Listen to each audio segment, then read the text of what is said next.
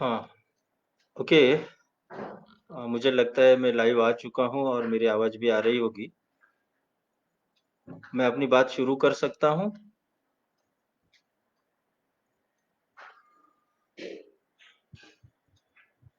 Okay. Good morning, सभी को नमस्कार। मैं डॉक्टर संजय पंडागले, एसोसिएट प्रोफेसर हूँ regional institute of education Bhopal में, जो कि एनसीईआरटी का एक कॉन्स्टिट्यूएंट यूनिट है। आज मुझे बोला गया है कि आईसीटी के ऊपर कुछ बात की जाए।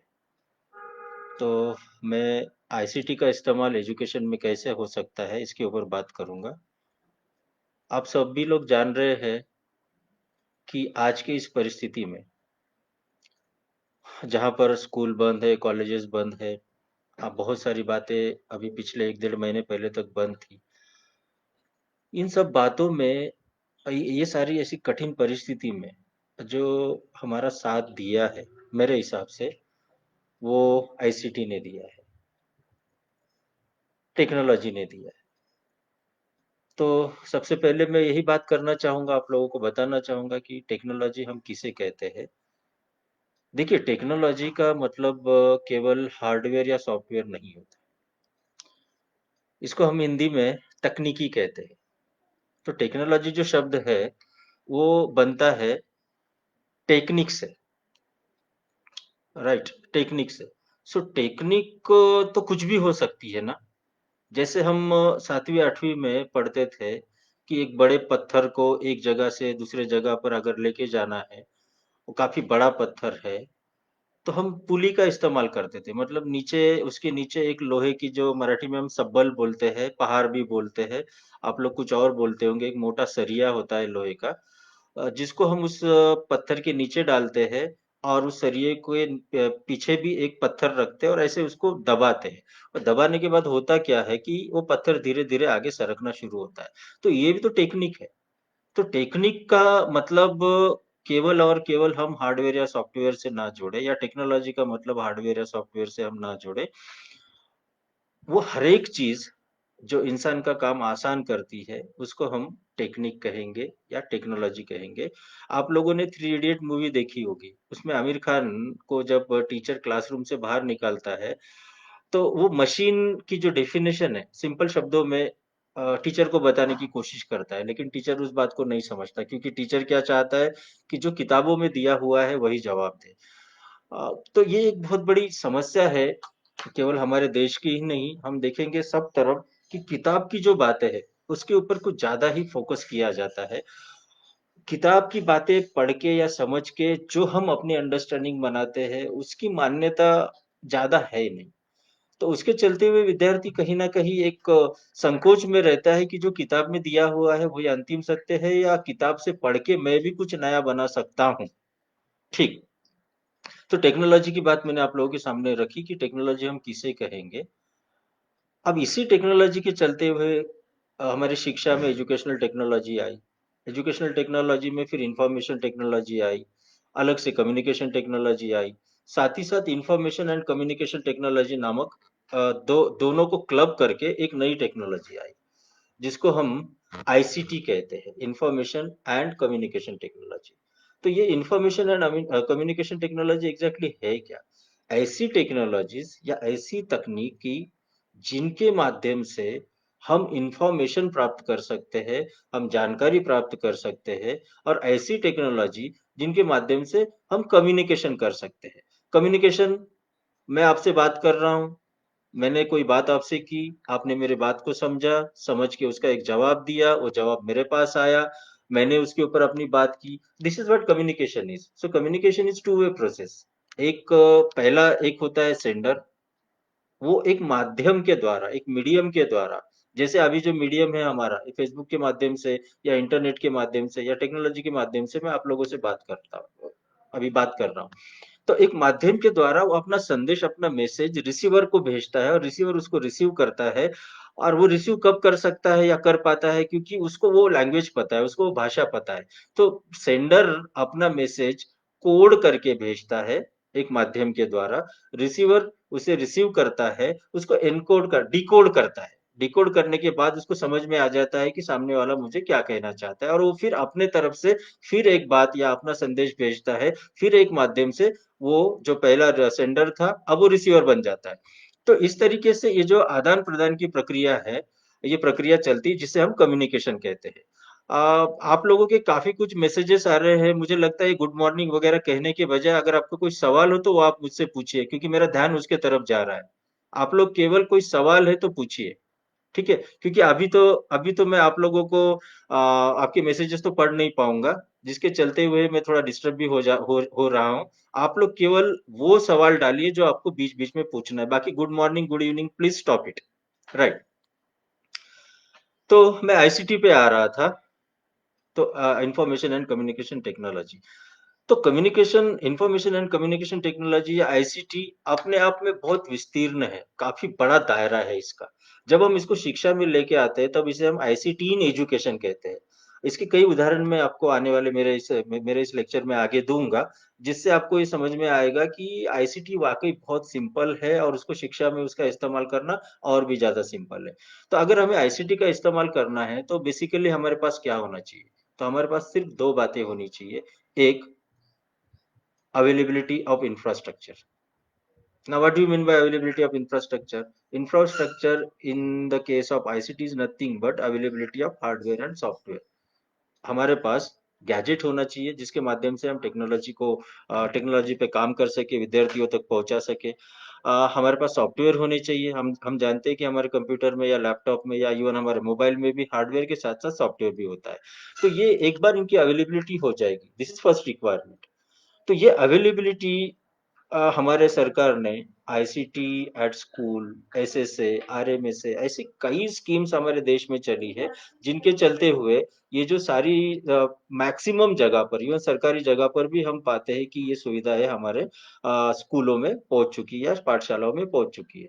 दूसरी जरूरत इसके लिए ये होती है कि ये जो फैसिलिटी हमारे पास है, ये जो इंफ्रास्ट्रक्चर हमारे पास है, इसका सही तरीके से इस्तेमाल। मेरे पास कंप्यूटर तो आ गया, मेरे पास प्रिंटर तो आ गया, मेरे पास स्कैनर तो आ गया, मेरे पास बहुत सारी चीजें आ गई। लेकिन अगर मैं यही नहीं जानता हूँ कि इसका इस्तेमाल मैं कहाँ और कैसे करूँ, तो फिर उस इंफ्रास्ट्रक्चर का कोई खास फायदा रहेगा नहीं। अब ये जो दूसरी बात है कि इसका सही तरीके से इस्तेमाल, तो इसके लिए जो महत्वपूर्ण बात है, वो महत्वपूर्ण बात ये है कि हम कैसे इनका इस्तेमाल करेंगे, ये हमको जानना ज़रूरी है। तो ये जानने के लिए हो सकता है ट्रेनिंग की ज़रूरत पड़े। सो ट्रेनिंग भी कई मात्रा में, अधिकतर मात्रा में दी जा रही है। मुझे अपना जो पर्सनल मेरा अनुभव है, क्योंकि मेरे पास कंप्यूटर का अलग से कोई डिग्री या डिप्लोमा नहीं है, मेरे अलग से कोई कंप्यूटर की पढ़ाई नहीं है। उसके बावजूद भी मैंने ये पाया है कि कंप्यूटर बहुत आसान चीज़ है। तो कंप्यूटर सीखने के लिए या टेक्नोलॉजी सीखने के लिए सिर्फ 2 बातों की ज़रूरत है। एक है इस पर्टिकुलर चीज में इंटरेस्ट होना। वैसे किसी भी विषय को सीखने के लिए उसमें इंटरेस्ट होना, उसमें जिज्ञासा होना, उसमें रुचि होना बहुत जरूरी होता है, अनिवार्यता है उसकी। तो एक तो ये बात है, और दूसरी बात है पागलपन, मैडनेस। मतलब जब तक आपके पास मैडनेस नहीं है, आप कुछ भी हासिल नहीं कर सकते। आप लोगों ने देखा होगा कि कोई व्यक्ति साइंटिस्ट कैसे बनता है। साइंटिस्ट के पास एक मैडनेस होता है। वो अपनी किसी रिसर्च के ऊपर इतना पागलपन के हद तक बिजी रहता है कि वो दिल दुनिया को भूल जाता है, और वो सिर्फ और सिर्फ अपने काम पे फोकस करता है। तो वैसे ही अगर हमें टेक्नोलॉजी या कोई भी सब्जेक्ट हासिल करना है तो उसके लिए एक पागलपन, मैडनेस की जरूरत है।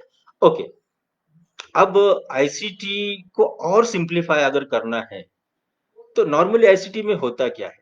आप लोगों ने एक मल्टीमीडिया नामक शब्द सुना होगा, जिसको हिंदी में हम बहुमाध्यम कहते हैं। मल्टीमीडिया बेसिकली चार बातों को मिलकर बनता है। चार बातें इसमें है। सबसे पहले टेक्स्ट सॉफ्ट फॉर्म में, दूसरा इमेजेस, तीसरा वीडियो या ऑडियो, और चौथा वीडियो। सो टेक्स्ट सॉफ्ट फॉर्म में, दूसरा इमेजेस या फोटोज या पिक्चर्स जिसे हम कहते हैं, तीसरा ऑडियो फाइल और चौथा वीडियो फाइल। ठीक। हमारे किताब में मेनली टेक्स्ट होता है हार्ड फॉर्म में, लिखावट उसको छपाई की गई होती है, और साथ ही साथ उसमें इमेजेस भी होती है। लेकिन आईसीटी या मल्टीमीडिया कंटेंट या मल्टीमीडिया सीरीज आप अक्सर सुनते हो, ये हमें सुविधा देता है कि हम उसमें वीडियो और ऑडियो को भी रख सकते हैं। अब ये चारों बातें हम कहाँ और कैसे तैयार करें, इसके बारे में मैं आप लोगों से बात करूंगा। इसके ऊपर बात करने के पहले मैं एक छोटा सा अप्रोच आप लोगों को बताना चाहता हूँ, that is called as CPTK approach या TPACK approach. CPTK, C stands for content, P stands for pedagogy, T stands for technology and आखिरी में के जो है वो knowledge. So content, pedagogical and technological knowledge. हम लोग जब टीचर बनते हैं तो जाहिर सी बात है कि हम लोगों ने पढ़ाई की है, हमने ग्रेजुएशन किया होगा, पोस्ट ग्रेजुएशन किया होगा, मतलब कंटेंट हमारे पास है। जब हम टीचर बनते हैं इसका मतलब या तो हमने डीएड किया है, बीएड किया है, एमएड किया है। इसका मतलब पेडागोजी जो सब्जेक्ट्स या जो कोर्सेस हमें पेडागोजी के बारे में बताते हैं, pedagogy is nothing but art and science of teaching and learning. किस तरीके से, क्योंकि किताब में एक कंटेंट दिया होता है, वो कंटेंट को कैसे विद्यार्थी तक पहुंचाना है ये किताब हमें नहीं बताता, हमें ये पेडागोजी बताती है, हमें एक शिक्षा शास्त्र बताता है, वो बताता है कि इस कंटेंट को विद्यार्थी के पास तक कैसे पहुंचाना है। ओके, तो हम जब टीचर बनते हैं तो हमारे पास कंटेंट भी है, हमारे पास पेडागोजी भी है। अगर हमारे पास अगर नहीं होगा तो सिर्फ और सिर्फ वो होगा टेक्नोलॉजिकल नॉलेज। वो कुछ लोगों के पास है लेकिन बहुतों के पास आज भी नहीं है, क्योंकि हमें ऐसे लगता है कि ये बहुत कठिन चीज है, लेकिन वो कठिन चीज है नहीं। क्यों कठिन चीज नहीं है? क्योंकि आजकल हम लोगों में से हर एक के पास स्मार्टफोन है, और स्मार्टफोन हमको किसने सिखाया? स्मार्टफोन का यूज करना, कैसे यूज करना। हो सकता है एक आध दिन हम किसी की मदद ले, लेकिन हर दिन तो हम किसी की मदद नहीं लेते। कुछ ही दिनों में हम सीख जाते हैं कि इस स्मार्टफोन की मदद से हम क्या क्या कर सकते हैं। देखिए, पहले आपको ईमेल करना है तो अलग से डेस्कटॉप या लैपटॉप चाहिए था, आपको स्कैन करना है तो अलग से स्कैनर चाहिए था, आपको फोटो खींचना है तो आपको स्टिल कैमरा चाहिए था, आपको वीडियो बनाना है तो आपको वीडियो कैमरा चाहिए था। ऐसी तमाम अलग अलग गैजेट्स हमें चाहिए होते थे। लेकिन स्मार्टफोन इतना पोटेंशियल गैजेट है कि उसने सबको एक जगह पे लाके रख दिया। मतलब आपको स्कैनिंग करना है तो भी स्मार्टफोन से होगा, मेल करना है तो भी स्मार्टफोन से होगा, फोटो खींचना है, वीडियो बनाना है, चैटिंग करना है, क्या जो आप चाहते हो वो सारी बातें इतने छोटे से गैजेट में, पोटेंशियल गैजेट में, जिसे हम स्मार्टफोन कहते हैं और इसलिए वो स्मार्टफोन है, उसमें आ गई है। और वो जब हमको किसी ने नहीं सिखाया तो टेक्नोलॉजी है क्या? इसके अलावा टेक्नोलॉजी है क्या? मतलब हम कैसे मानते हैं कि टेक्नोलॉजी कठिन है? तो सबसे पहले ये धारणा हमें तोड़नी होगी कि टेक्नोलॉजी कठिन है। टेक्नोलॉजी बिल्कुल भी कठिन नहीं है, बहुत सिंपल सी बात है। तो मैं सीपीटीके की बात, टीपैक की बात कर रहा था। तो हमारे पास कंटेंट है, हमारे पास पेडागोजी है, हमें अब चाहिए तो सिर्फ टेक्नोलॉजी चाहिए। सो टेक्नोलॉजी के बारे में मैंने अभी जस्ट आपको बताया कि जब हम स्मार्टफोन का इस्तेमाल कर सकते हैं, मतलब टेक्नोलॉजी भी हमारे पास है। अब जब हम क्लासरूम में पढ़ा रहे हैं, तो हमको पृथक से कंटेंट या पेडागोजी या टेक्नोलॉजी के ऊपर बात नहीं करनी, इन तीनों को इंटीग्रेट करना है। अब इंटीग्रेट करना है मतलब एग्जैक्टली क्या है? What is the meaning of integration? मैं एक सिंपल सा एग्जांपल हमेशा देता हूँ, चाय वाला। हम घर में लगभग हर कोई व्यक्ति चाय पीता होगा या कॉफी पीता है, ठीक। अब जब चाय बननी होती है तो हमारे पास शक्कर चाहिए, हमारे पास पत्ती चाहिए, हमारे पास दूध चाहिए, हमारे पास पानी चाहिए। ये चार पांच मेन इसके इंग्रेडिएंट है। कोई अदरक डालेगा, तुलसी डालेगा, वो अलग बात है, कोई नींबू डालेगा, वो अलग बात है। लेकिन मेनली ये चार बातें हमारे पास होनी चाहिए। तो ये चारों बातें शुरुआत में पृथक होती है। पानी को आप देख सकते हो कि ये पानी है, ये दूध है, ये चीनी है, ये पत्ती है, राइट। लेकिन जब चाय बन के हमारे पास, हमारे प्याली में हमारे सामने आ जाती है, तब क्या आप बता सकते हो कि कहाँ पर चीनी है और कहाँ पर दूध है और कहाँ पर पानी है और कहाँ पर पत्ती है? No, that is this is the exact, या क्या, या ये कहेंगे perfect example of integration. So उसी तरीके से कंटेंट अलग नहीं दिखना चाहिए, पेडागोजी अलग नहीं दिखना चाहिए, टेक्नोलॉजी अलग नहीं। इनकी जहां जहां आपको जरूरत लगेगी उस हिसाब से हम ये थोड़ा कंटेंट रखेंगे, उस कंटेंट को कैसे डिलीवर करना है उसके लिए हम पेडागोजी यूज करेंगे। हमें लग रहा है कि इस पेडागोजी का इस्तेमाल के दौरान कुछ जगह पे टेक्नोलॉजी की जरूरत है, टेक्नोलॉजी की जरूरत है मतलब हो सकता है ऑडियो रिकॉर्डिंग करनी पड़े, वीडियो रिकॉर्डिंग करनी पड़े, या कुछ वेब टूल्स या एप्स का इस्तेमाल करना पड़े, तो उनको, उनका इस्तेमाल हम करेंगे। तो कुल मिला के दिस इज व्हाट सीपीटीके या टीपैक। ओके, अब इतना इंट्रोडक्शन मुझे लगता है कि काफी है आईसीटी को समझने के लिए। तो जो जो चार बातें मैंने कही थी मल्टीमीडिया से रिलेटेड, पहला उसमें टेक्स्ट, सो हम टेक्स्ट के ऊपर बात करते हैं। ये जो टेक्स्ट है, हम आप सभी लोग जानते हैं कि चैटिंग के दौरान, वो व्हाट्सएप पे हो या फेसबुक पे हो या हाइक पे हो या लाइन पे हो या वेबर पे हो या फिर बहुत सारे और ऐप से, हम जो टाइप करते हैं, हम हमारे कीपैड की मदद से जो टाइप करते हैं, वो सॉफ्ट फॉर्म में हमारे पास कंटेंट बनना शुरू होता है। हम नॉर्मली वर्ड में काम करते हैं, एमएस ऑफिस का जो वर्ड है हम उसमें काम करते, और उसमें जो हम काम करते मतलब टाइप करते, वो कंटेंट हमारे पास सॉफ्ट फॉर्म में आता है। तो एक हमेशा एक बात को याद रखिएगा कि हर प्रकार के रिसोर्सेस हमें दो तरीके से मिलेंगे। एक जो ऑलरेडी अवेलेबल है वेब पे मतलब इंटरनेट पे, और दूसरा जो हम अपने गैजेट की मदद से तैयार कर रहे हैं। तो जब मैं वर्ड पे टाइप कर रहा हूँ कोई किसी फाइल को, या किसी फाइल पे मैं वर्ड पे काम कर रहा हूँ, तो मैं अपने तरफ से क्रिएट कर रहा हूँ। So here I am becoming a producer. मैं यहाँ प्रोड्यूस कर रहा हूँ, खुद प्रोड्यूस कर रहा हूँ। जब मैं अपने फोन से कोई फोटो खींच रहा हूँ, इस तब यहाँ पर मैं प्रोड्यूसर हूँ। लेकिन जो इंटरनेट पे अवेलेबल है उन बातों को जब मैं लेता हूँ तब मैं सिर्फ कंज्यूमर हूँ, और हम में से अधिकांश लोग सिर्फ कंज्यूमर है, प्रोड्यूसर नहीं है। सो ओरिजिनली प्रोड्यूसर भी हम 100% नहीं बन सकते, कंज्यूमर 100% बनना या कंज्यूमर के रूप में दूसरे के ऊपर 100% निर्भर रहना, ये भी गलत है। सो हमें कहीं पर जो प्रोज्यूमर की बात जो बोलते हैं ना, एक नया टर्म यूज हुआ है, यूज हो रहा है पिछले कई समय से, प्रोड्यूसर प्लस कंज्यूमर, प्रोज्यूमर। तो हमको ये दोनों का रोल अदा करना पड़ेगा बीइंग अ टीचर। ओके। तो सबसे पहले हम टेक्स्ट की बात कर रहे थे। तो टेक्स्ट आप सॉफ्ट फॉर्म में कई प्लेटफॉर्म्स पे तैयार कर सकते हो। सो मल्टीमीडिया के लिए जो आवश्यक बात है, सबसे पहले टेक्स्ट, तो हमने टेक्स्ट इस प्रकार से ले लिया। ठीक है। अब दूसरा जो मुद्दा है इमेजेस का। सो इमेजेस हम कहाँ कहाँ से प्राप्त कर सकते हैं? एक, थोड़ी देर पहले मैंने कहा कि आपके पास अगर एक स्टिल कैमरा है, आप उससे इमेजेस ले सकते हैं। आपके पास स्मार्टफोन है, आजकल बहुत अच्छा मेगापिक्सल के कैमरा आ रहे हैं। Megapixel is nothing but pixel is nothing but picture पर सेल, एक पर्टिकुलर सेल में कितना पिक्चर है।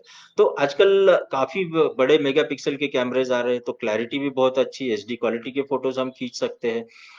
तो एक तो मैं खुद फोटो तैयार करूंगा, दूसरा फोटो ऑलरेडी लोगों ने या इमेजेस ऑलरेडी लोगों ने तैयार करके इंटरनेट पे रखे हैं। वो कहाँ है, कैसे सर्च करेंगे? जब कभी आप गूगल सर्च इंजन का इस्तेमाल करते हैं, तब आप पाते हैं कि सबसे पहले कुछ भी आप सर्च करते हो तो एक ऑल करके आता है गूगल में नीचे। उसके जैसे जैसे हम आगे जाते हैं तो वीडियो आता है, इमेजेस आता है, और भी कुछ कुछ चीजें आती है। तो आपको जब कभी किसी एक पर्टिकुलर इमेज की जरूरत पड़े जो आपके पास नहीं है, आप गूगल पे सर्च करिए और इमेजेस वाले टैब को क्लिक करिए। आपको ताज्जुब होगा, आप में से कई लोग करते भी होंगे, लेकिन जिन्होंने नहीं किया, आपको ताज्जुब होगा कि लगभग हर प्रकार की इमेज गूगल के इस गूगल इमेज में अवेलेबल है। ओके। इसके अलावा आप पिकासो का इस्तेमाल कर सकते हैं, फ्लिकर का इस्तेमाल कर सकते हैं। ऐसे इंस्टाग्राम पर भी बहुत सारी इमेजेस मिल रही है, इवन फेसबुक पे भी काफी इमेजेस मिलती है। आप देखो कि इमेजेस की भरमार है आज। आज ऐसी शायद ही कोई बात रह गई होगी जो इमेज के रूप में हमें इंटरनेट पे नहीं मिल रही है। लेकिन फिर भी कुछ चीजें हमारे पास भी होती है, उसको भी हमें अपलोड करना सीखना होगा, अपलोड करने की हमें आदत बनानी होगी। क्योंकि इंटरनेट पे कोई भी चीज आई, कैसे आई, क्यों आई, क्योंकि किसी और ने अपलोड की, किसी और ने रखी, किसी और ने रखी, हमको जरूरत थी, हमने सर्च किया, हमको मिला। अगर कोई और नहीं रखता तो हमें कैसे मिलता? तो हमारे पास भी कुछ चीजें हैं, उसको हमें देना, इसको बोलते हैं, समाज को देना बोलते हैं। समाज से तो हम ले रहे हैं, लेकिन समाज को हम देंगे कैसे? तो इसको हमारे पास जो कुछ रिसोर्सेस है, अगर हम उसको इंटरनेट पे रखेंगे तो वो किसी और के काम आएगा। और इंटरनेट को हम ट्रेजर कहते हैं, एक बहुत बड़ा क्या बोलते हैं मराठी में, हम खजीना बोलते हैं, हिंदी में पता नहीं क्या बोलते हैं, ट्रेजर। बहुत बहुत बड़ी संपत्ति का एक भंडार है। ये जो संपत्ति का, ज्ञान की संपत्ति का, या इंफॉर्मेशन की संपत्ति का, ये जो इतना बड़ा भंडार बना, ये कैसे बना? क्योंकि लोगों ने अपने पास की संपत्ति, अपने पास की जानकारी, अपने पास के वीडियो, अपने पास के फोटोज वहां पर अपलोड किए, अपने पास के ऑडियोज वहां पर अपलोड किए, और जब हमें जरूरत पड़ रही है तब हमें वो प्राप्त हो रहा है।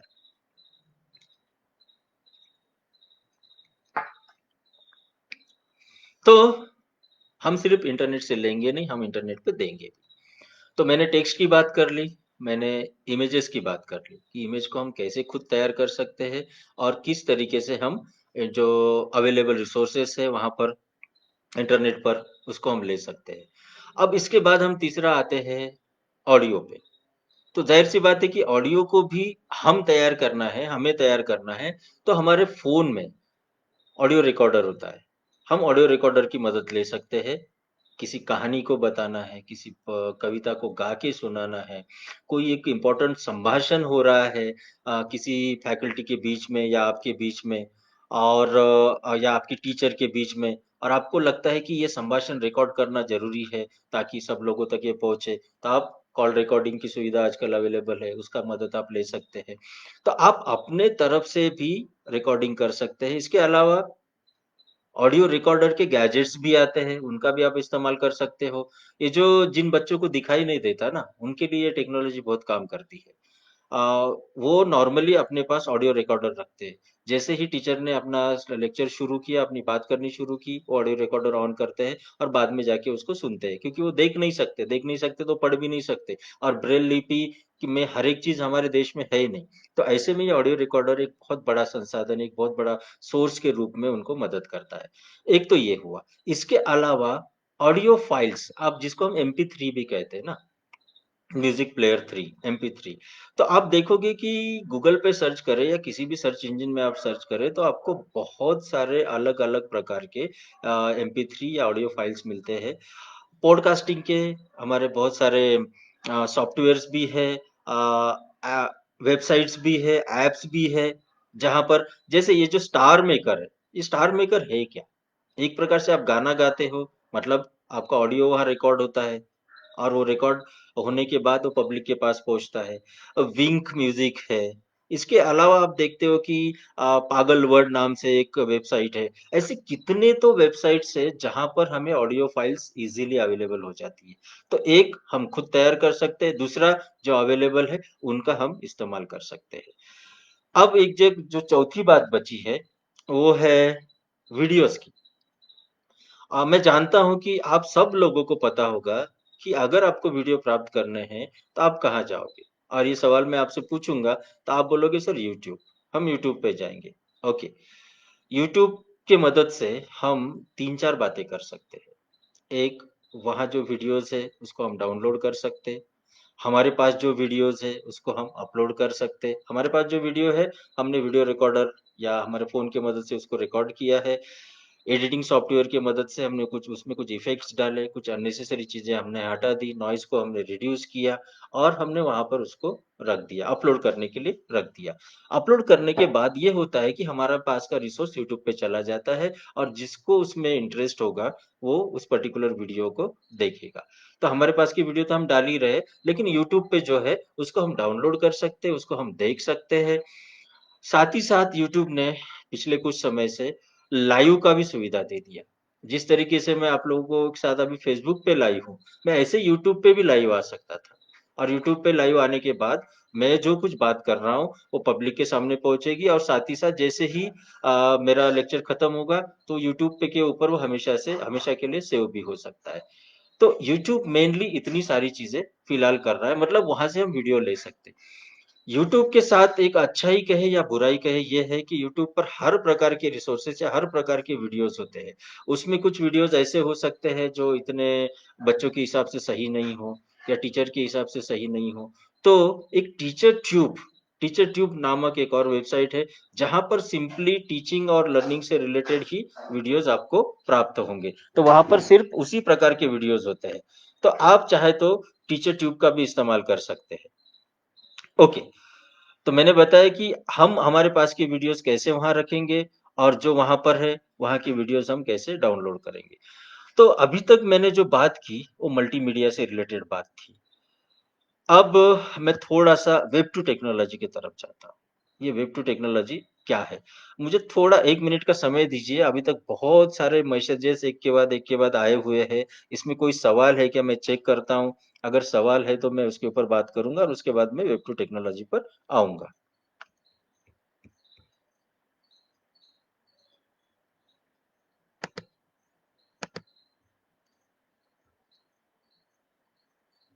नहीं, कोई सवाल नहीं, गुड मॉर्निंग ही चल रहा है तब से।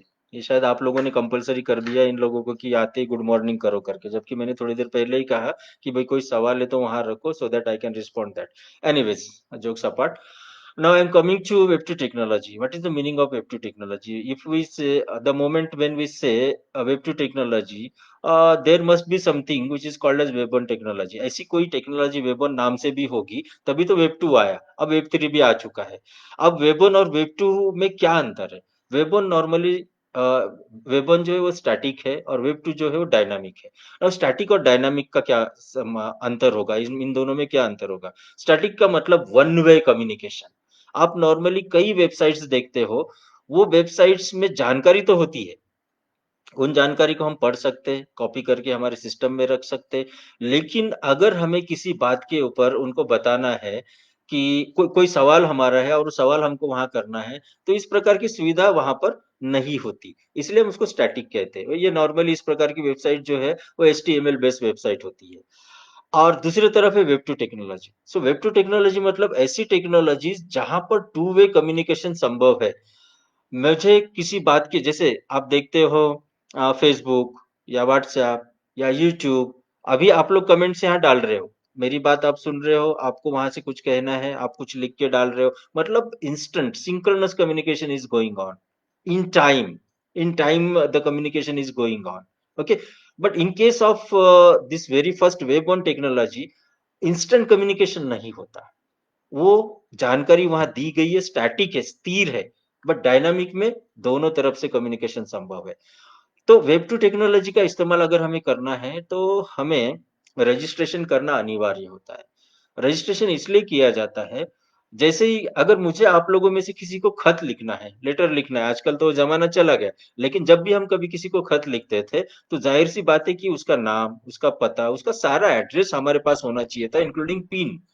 जब वो चीज हमारे पास होती थी और हम लेटर लिखते थे, वो उसके पास पहुंच जाता था. उसी तरीके से हमें जब हम सोशल नेटवर्किंग पे आते हैं या फिर वेब टू टेक्नोलॉजी का इस्तेमाल हम करते हैं, तो सबसे पहले टेक्नोलॉजी हमसे ये पूछना चाहती है कि आप कौन हो.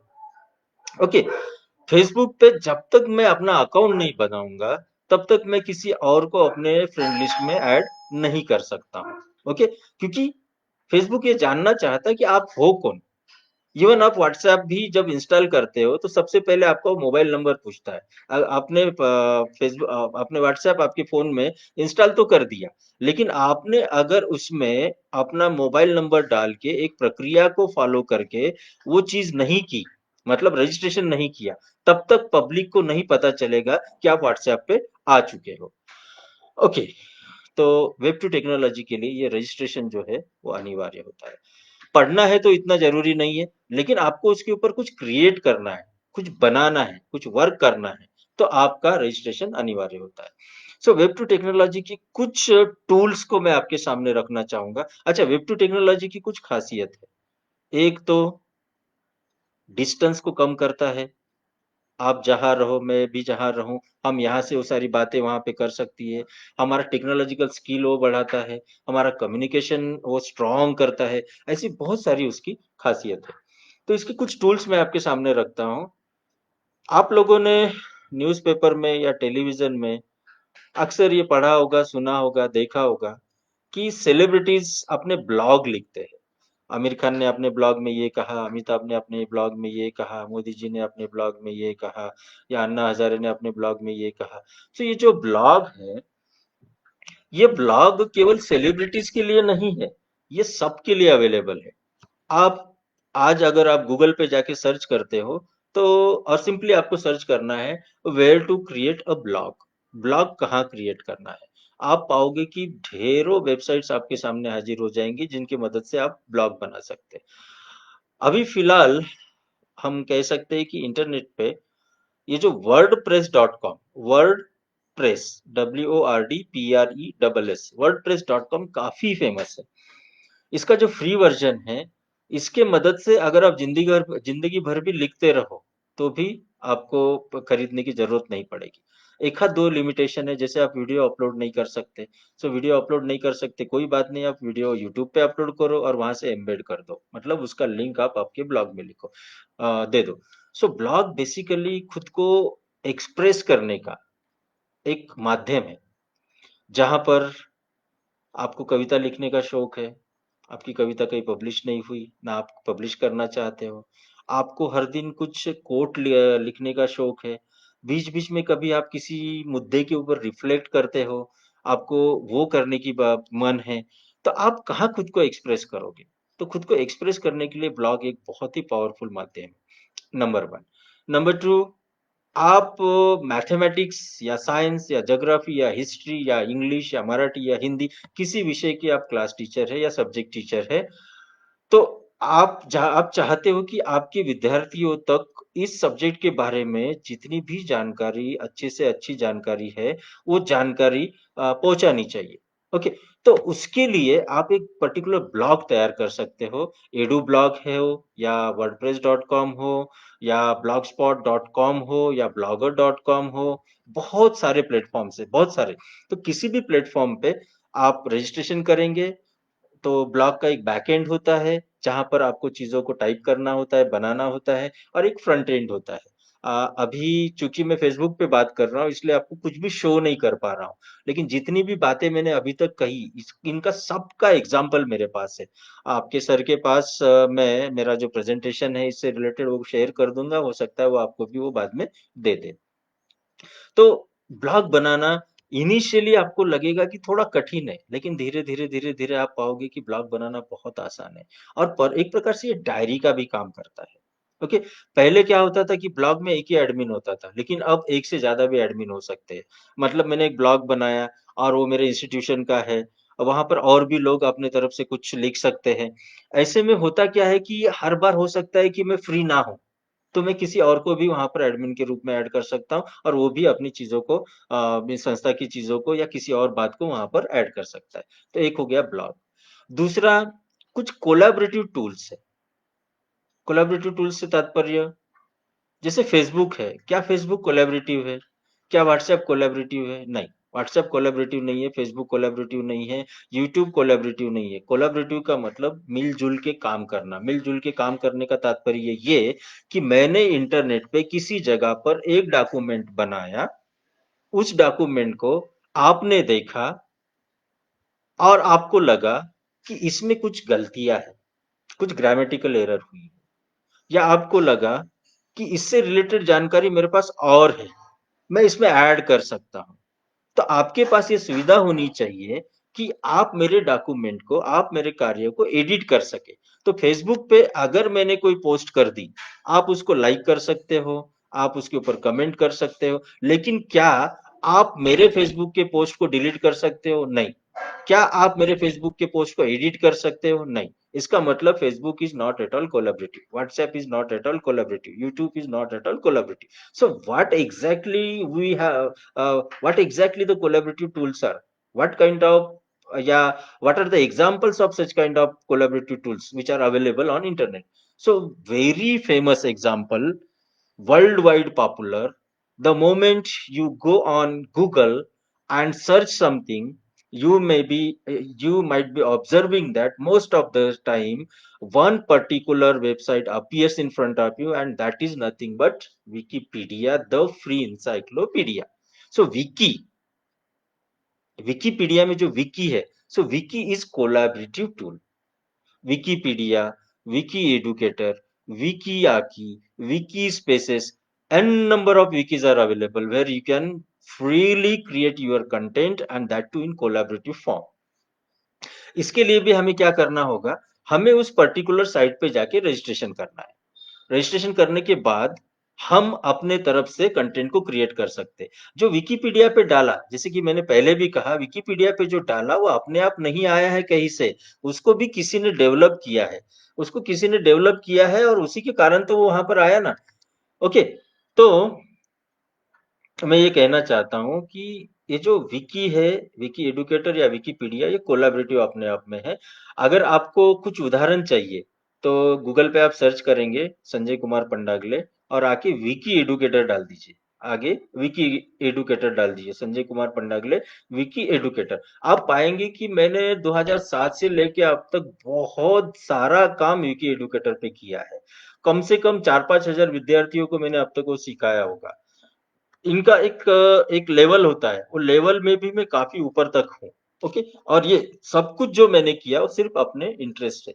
तो विकी एडुकेटर या विकी अपने आप में कोलैबोरेटिव टूल है, जहाँ पर हम फ्री में कंटेंट, मल्टीमीडिया कंटेंट। अच्छा, एक बात मैं बताना भूल गया, ये जो ब्लॉग है, ब्लॉग में आप मल्टीमीडिया कंटेंट क्रिएट कर सकते हो। मल्टीमीडिया जैसे कि मैंने बताया, चारों बातों को आप वहाँ पे रख सकते हो। उसी तरीके से आप विकी पर भी चारों बातों को रख सकते हो, आप मल्टीमीडिया कंटेंट वहाँ पर तैयार कर सकते हो। ओके, अब विकी के अलावा और क्या कोलैबोरेटिव टूल है? आप लोगों ने कभी गूगल फॉर्म्स के बारे में सुना होगा, आपने कभी गूगल डॉक्स के बारे में सुना होगा, गूगल स्लाइड्स के बारे में सुना होगा, ओके, या गूगल शीट्स के बारे में सुना होगा। ये जो चार बातें मैंने अभी कही, ये चारों बातें में से तीन बातें, जो स्लाइड्स है, डॉक्स है, या फिर शीट्स है, ये तीनों एमएस ऑफिस के ही प्रकार है। एमएस ऑफिस में हम एक्सेल देखते हैं, वर्ड देखते हैं, पावर पॉइंट देखते हैं।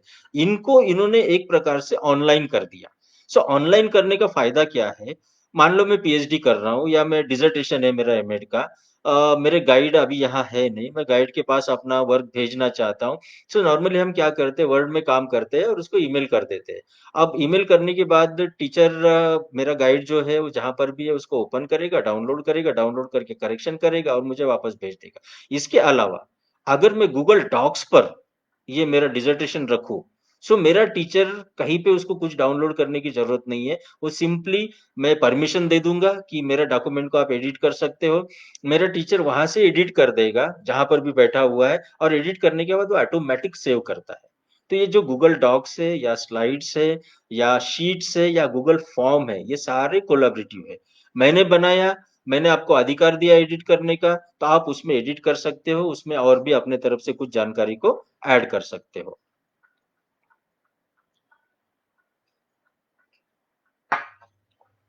अब इसके अलावा आगे और बढ़ते हैं थोड़ा। आ, हमें अक्सर पावर पॉइंट्स की जरूरत पड़ती है, पावर पॉइंट फाइल्स की। मान के चलते हैं कि पावर पॉइंट बनाना हमें आता है। जब हमें आता है तो हर एक टॉपिक के लिए हम खुद होके पावर पॉइंट क्यों बनाएंगे? पहली रिक्वायरमेंट है कि पावर पॉइंट बनाना हमें आना चाहिए, और हमें वो आ रहा है।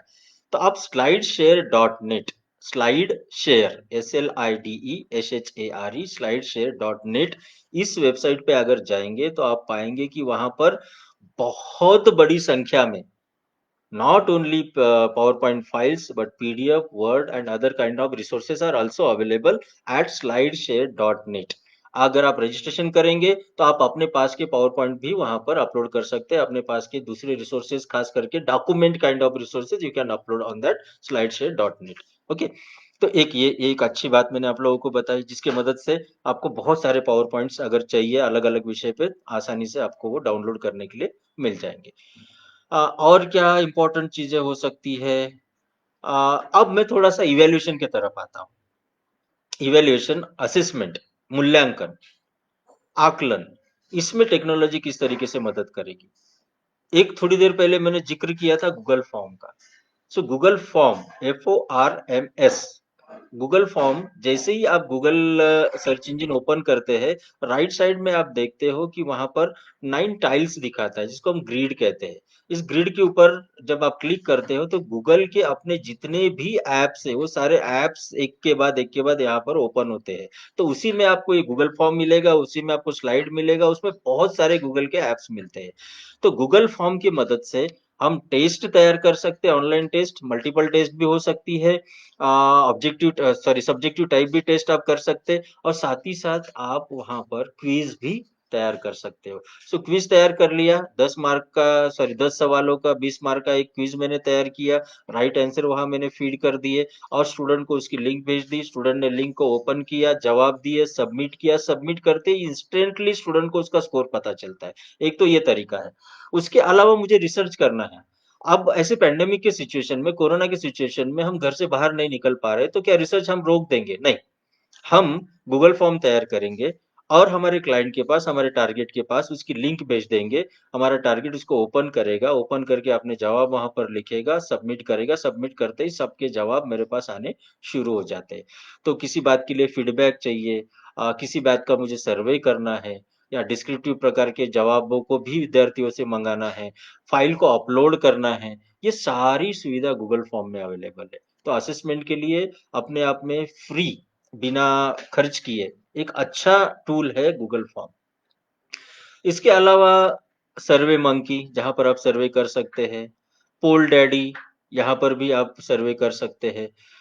आप अगर थोड़ा और ऑब्जर्व करोगे, गूगल पे जाके देखेंगे तो ऐसे आए दिन बहुत सारे इवैल्यूएशन से रिलेटेड टूल्स आते जा रहे हैं। रूब्रिक्स आप जानते हैं कि एक प्रकार से क्राइटेरिया होता है जिसके मदद से जो क्राइटेरिया हम विद्यार्थी को पहले से देते हैं और विद्यार्थी को पता होता है कि मुझे कौन से पैमानों पे जांचा जा रहा है, तो वो क्राइटेरिया तैयार करने के लिए या रूब्रिक्स तैयार करने के लिए आप रूबीस्टार.com पे जाएंगे। वहां से आप आसानी से रूब्रिक्स जो पहले से तैयार हुए हैं और आपको लगता है कि रूब्रिक्स में एज इट इज यूज कर सकता हूं, तो आप उसको डाउनलोड कर सकते हैं, उसको प्रिंट कर सकते हैं, उसका इस्तेमाल कर सकते हैं। जो पहले से तैयार है उसमें आप चाहते हो कि मेरे तरफ से कुछ और ऐड करना है या मुझे कुछ मॉडिफाई करना है, एडिट करना है, चेंज करना है, तो आप उसको भी वहां पर कर सकते हैं। तो रूब्रिक्स के लिए पोर्टफोलियो की बात आती है। पोर्टफोलियो आप जानते हैं कि किसी एक विद्यार्थी का पूरा रिकॉर्ड, पहले दिन से लेके स्कूल के आखिरी दिन तक वो कौन से स्पोर्ट्स में शामिल हुआ, कौन से क्या कहेंगे एक्टिविटीज में, कल्चरल एक्टिविटीज में उसने पार्ट लिया, वो पढ़ाई में कैसा है, फर्स्ट यूनिट टेस्ट में उसका परफॉर्मेंस क्या था, हाफ ईयरली में क्या है, तो ये सारी बातों का रिकॉर्ड टीचर को रखने के लिए कहा जाता है। So electronic portfolios are also available with the help of Mahara website. You can create your institute's website at महारा, और आप आसानी से आपके पूरे क्लासेस के सारे विद्यार्थियों का ई पोर्टफोलियो वहां पर बना सकते हैं। ओके, तो ये मैंने कुछ आप लोगों को इवैल्यूएशन से रिलेटेड कुछ बातें बताई। इवैल्यूएशन में आप जाओगे आप देखोगे कि बहुत अच्छी अच्छी बातें और भी है। बस अभी एक दो बातें और करता हूँ, शायद आप लोग थक गए होंगे क्योंकि बहुत कंटिन्यू बड़बड़ बड़बड़ मेरी चल रही है। फिर भी और दो तीन बातें है, तो बहुत सारी बातें, लेकिन आप लोगों के हिसाब से मैं बात करने की कोशिश कर रहा हूँ। एक और वेबसाइट है जिसका नाम है H5P।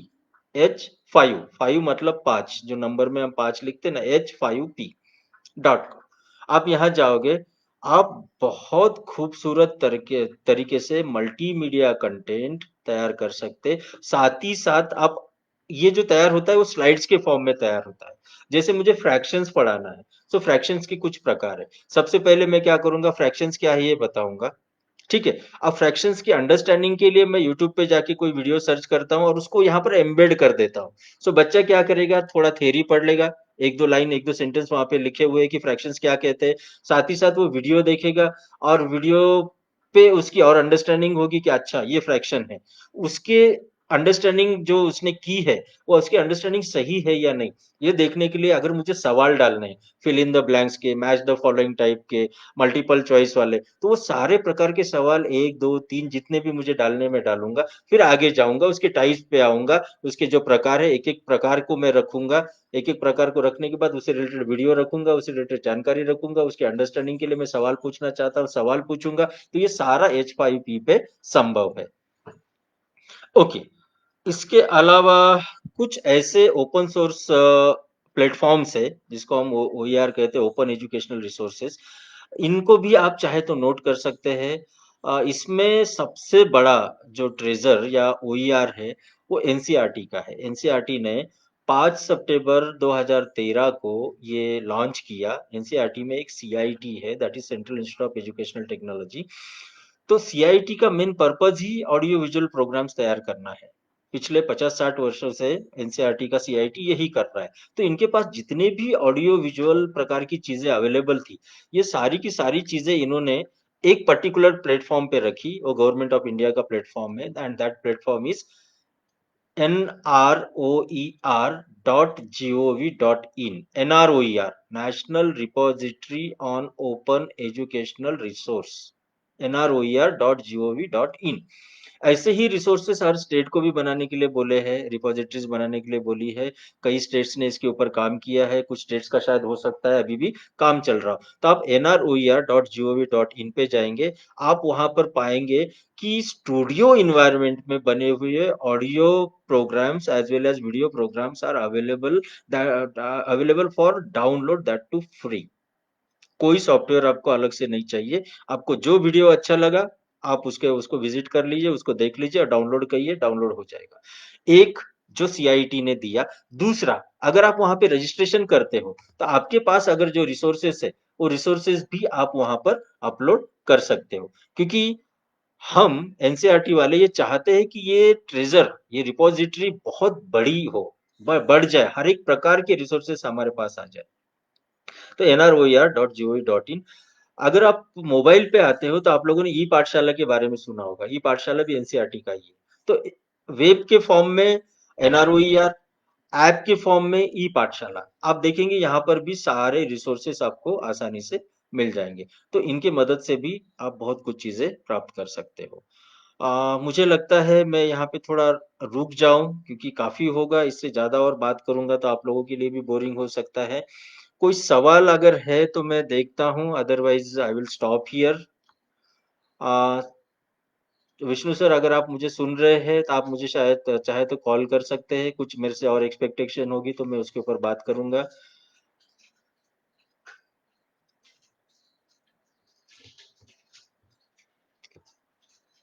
ओके, क्योंकि मुझे बस 1-2 मिनट दीजिए, मैं कुछ चैटिंग में कुछ अवेलेबल है तो मैं उसके ऊपर बात करता हूँ, अदरवाइज मैं अपने सेशन को अभी यहाँ पर एंड कर दूंगा।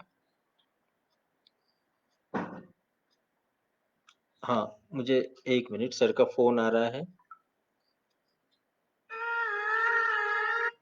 हाँ sir.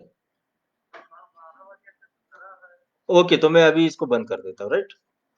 Okay, thank you, thank you, thank you. तो आप लोगों ने मुझे सुना, मुझे नहीं पता कहाँ तक आप लोगों के काम का ये सेशन था मेरा। आप लोगों का लेवल, आप लोगों का अंडरस्टैंडिंग, इन सारे बातों को ध्यान में रखते हुए मैंने कोशिश की। हो सकता है कुछ जगह भी गलतियाँ, कुछ जगह गलतियाँ भी हो, लेकिन गलतियों से इंसान सीखता है। तो सभी को मेरा धन्यवाद, विष्णु सर को मेरा धन्यवाद। उन्होंने मुझे इस टॉपिक के ऊपर बात करने का मौका दिया। फिर कभी और अवसर प्राप्त हुआ तो किसी और टॉपिक पे बात करेंगे। सभी को मेरा नमस्कार, थैंक यू।